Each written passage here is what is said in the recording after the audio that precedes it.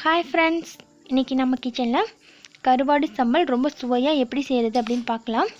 இது நம்ம இந்த கருவாடு சம்பலை நம்ம சாதத்துக்கு சைட் டிஷ்ஷாகவும் யூஸ் பண்ணலாம். நம்ம சாதத்துக்கு கூட போட்டு பிசைஞ்சும் சாப்பிட்லாம். இதை 2 in 1 யூஸ் பண்ணிக்கலாம். இது வரைக்கும் தமிழ் ஃபன் சேனலை சப்ஸ்கிரைப் பண்ணாத நண்பர்கள் சப்ஸ்கிரைப் பண்ணிக்கோங்க. அப்படியே பக்கத்தில் இருக்க பெல் ஐக்கனை கிளிக் பண்ணிடுங்க.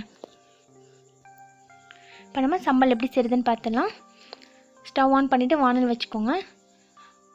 அதில் 1.5 குழிக்கரண்டி அளவுக்கு நல்லெண்ணெய் சேர்த்துக்கோங்க. இது செய்கிறது ரொம்ப ஈஸிங்க, ரொம்ப ஈஸியாக செஞ்சலாம். அதே சமயம் ரொம்பவே டேஸ்ட்டாகவும் இருக்கும். இப்போ நல்ல எண்ணெய் ஹீட் ஆனதுக்கப்புறமா நான் 100 கிராம் அளவுக்கு கருவாடு சேர்த்துக்கிறேன். நம்ம கருவாடு சமைக்கிறதுக்கு முன்னாடி அதில் இருக்க மேலாக இருக்க அந்த தோலை நம்ம உரித்து எடுத்துகிட்டு லைட்டான வெதுவெதுப்பான சுடுதண்ணி வச்சு நல்லா ஒரு 4 தடவை கழுவிட்டோம் அப்படின்னா ரொம்பவே வாசமாக வந்துடும். சாப்பிடும்போது நம்மளுக்கு நல்லா டேஸ்ட்டாக இருக்கும். இப்போ கருவாடை கொஞ்சம் நேரம் நல்லா வதக்கிடுங்க. வதங்கினதுக்கப்புறம் அது கூட 200 கிராம் அளவுக்கு வெங்காயம் சேர்த்துக்கோங்க. வெங்காயத்தையும் சேர்த்துட்டு நல்லா வதக்கிடுங்க.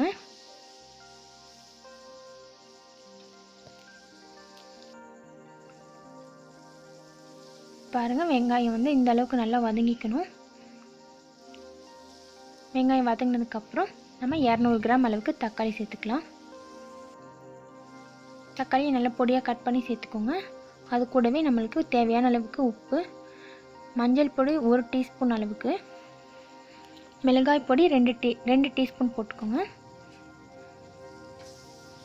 போட்டுட்டு எல்லாத்தையும் நல்லா மிக்ஸ் பண்ணி அடுப்பை மீடியமாக வச்சுருங்க. அடிக்கடி நல்லா கிளறிக்கிட்டே இருங்க, தக்காளி நல்லா வதங்குற வரைக்கும். தக்காளி எண்ணெயிலே நல்லா வதங்கிக்கட்டும். இது நம்ம எந்த அளவுக்கு நம்ம நல்லா வதக்குறோமோ அந்த அளவுக்கு நம்மளுக்கு டேஸ்ட்டு கொடுக்கும். கொஞ்சம் நேரம் நல்லா தக்காளி வதங்கட்டும். நல்லா கலந்து விட்டுட்டு கொஞ்சம் நேரம் சிம்மில் வச்சுருங்க. இப்போ பாருங்கள், தக்காளி நல்லா வதங்கியிருக்கு, திக்னஸாக வந்துடுச்சு. இப்போ இது கூட நம்ம 1/2 டம்ளர் அளவுக்கு தண்ணி சேர்த்துக்கலாம். நம்ம மசாலா எல்லாம் ஒன்றா சேர்ந்து கிரேவியாக நம்மளுக்கு வர்றதுக்காக தண்ணி சேர்த்துட்டு கொஞ்சம் நேரம் கொதிக்க விட்டுடலாம். அவ்வளோதாங்க. நல்லா கொதிச்சதுக்கப்புறம் ஸ்டவ் ஆஃப் பண்ணிடுங்க. நம்மளுடைய சுவையான கருவாடு சம்பல் ரொம்பவே ஈஸியாகவும் டேஸ்டியாகவும் ரெடி ஆயிடுச்சு. இதே மெத்தடில் வீட்டில் செஞ்சு பாருங்கள். முக்கியமான டிப்ஸ், நம்ம வீட்டில் கருவாடு சமைக்கும்போது கீரை அப்புறம் தயிர் இது நம்ம சாப்பாட்டில் சேர்த்துக்க கூடாதுங்க. இந்த வீடியோ உங்களுக்கு பிடிச்சிருந்துச்சுன்னா மறக்காமல் லைக் பண்ணி ஷேர் பண்ணுங்கள். தேங்க்யூ.